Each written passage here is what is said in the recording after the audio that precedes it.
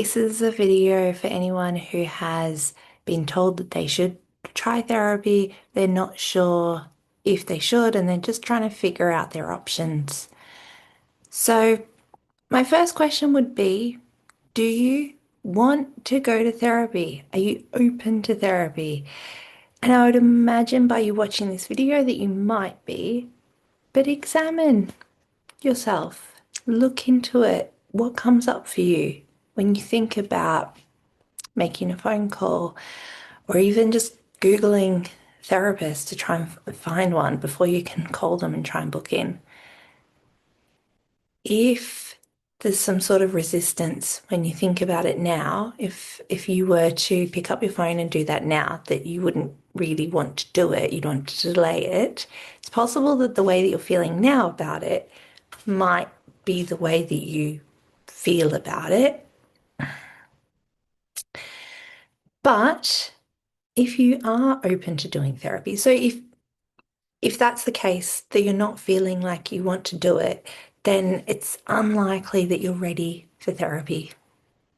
And your friends and your family might be recommending it, you might be researching it, but until you have that moment where you feel like, actually, I could make that phone call, I could try and research which therapist might be a good fit for me, until you're at that point, it's really hard to try and move forward in whether therapy would work for you and what you can do in therapy. Hmm. So if you've been looking for a therapist and several people have said, oh, I think therapy might be useful for you, and you haven't ever been to therapy before, or you have, but it wasn't really working, and so you're looking maybe to try something different, a new therapist or a different approach. Great. Okay. So let's think about why you've been recommended therapy. In what instances have people brought this up? Because it's really important to know what is about you and what's about them. Sometimes it can be really hard to hold emotion. It's going to try and come on my lap, I think. And so there she is. If we have someone that we're talking to about something traumatic and they're finding it hard to hold that conversation without feeling like they need to refer you to someone else, that might be about them. Maybe you don't need to talk to a professional about it. Maybe it's just that they weren't the right person in that moment for that topic.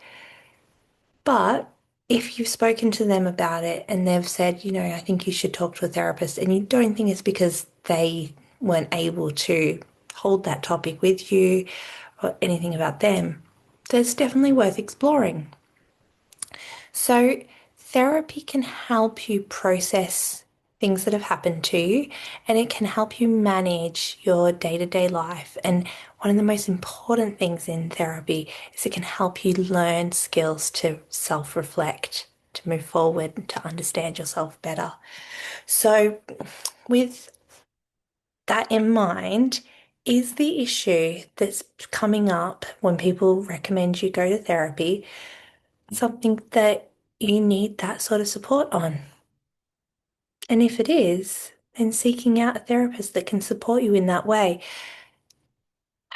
But sometimes therapy doesn't help in the way maybe that we want it to, or it doesn't help in the way we want it to as quickly as we'd like it to. So if you maybe you can think about if someone's been in a car accident and they bringing up the car accident quite a lot and they're, hesitant to drive and their friends are wanting to do things with them and their car accident is getting in the way of their day-to-day life. Friends might say, I think you might need to get some therapy to address how the car accidents impacted you and so you can get back behind the wheel and so that you can have the life that you had before this happened. If the impact was to do with the way they process the feeling of safety in the car rather than a physical injury that they might have gotten. When you start therapy, sometimes, especially in the UK, the NHS will recommend, sorry, pay for maybe 6 sessions, maybe 8, sometimes 12. That's not because therapy is going to be productive in that number of sessions and that there's some sort of reason behind that number.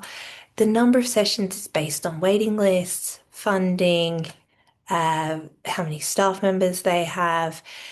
And so when we get to the end of our 6 sessions and we're still not able to get behind the wheel like we wanted to, or like our friends wanted us to,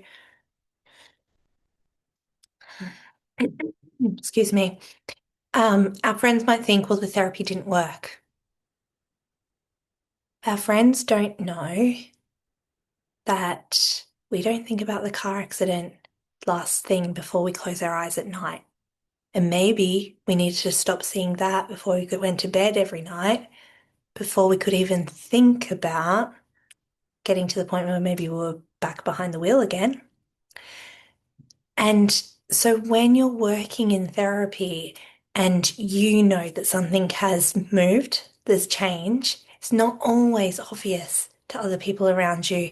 And you don't owe the other people around you any explanation of how your therapy is going, what you're working on, any timelines. So in therapy, if you've been recommended for it, I would say try and find a therapist that's open-ended, that you can work with them without an end date. It can be useful sometimes to work towards an end date and say, initially, let's put like 6 months commitment on this. We can reassess. But if we're in a good place, then we can finish. Maybe it might be 12 months. I'm not sure exactly the timeline that might work for you, but the shorter chunks of time, the 6 weeks, 8 weeks, it might not be long enough for the work that you need, or it might just bring some small movement, and then you might need more work to do more work with another therapist when you can. So you don't owe anyone your progress. Your progress is private to you. You don't actually even have to tell your therapist. And to be fair, a lot of people don't. They'll say it maybe in the last session as like a thank you. These are the things that I've noticed. But week to week, it's so subtle. It's such a slow process that when you look back, there's been a big change.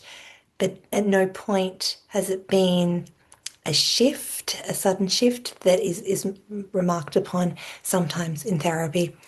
So hearing that feedback is really useful for me to know what's worked for clients, what hasn't worked for clients. You don't owe it to your therapist. Um, and if you don't want to go to therapy, you don't have to. If you don't think that you go back to the example I gave with the car, if you don't think you're ready to address that, that's okay. Maybe you will be one day. But if right now, thinking about going to therapy for the thing that your friends and your family want you to go to therapy about, it's it's not, if you're not ready, it's not going to work. It's not going to work for you or them. Um, I know that some person-centered therapists won't read their referrals. They want to hear from the client what the client thinks they want to work on. Sorry about my voice. So that means that sometimes someone can come to therapy and work on something, and it might not be what they've been referred for. And it's okay to talk about something with your therapist that might not be the main reason why you wanted therapy or other people wanted therapy for you. Um, and it's okay to use your therapy sessions for things that you think are important, not what other people think are important. Thank you for taking some time to listen. And if you want to learn how to use therapy better, press subscribe on my page. Thank you.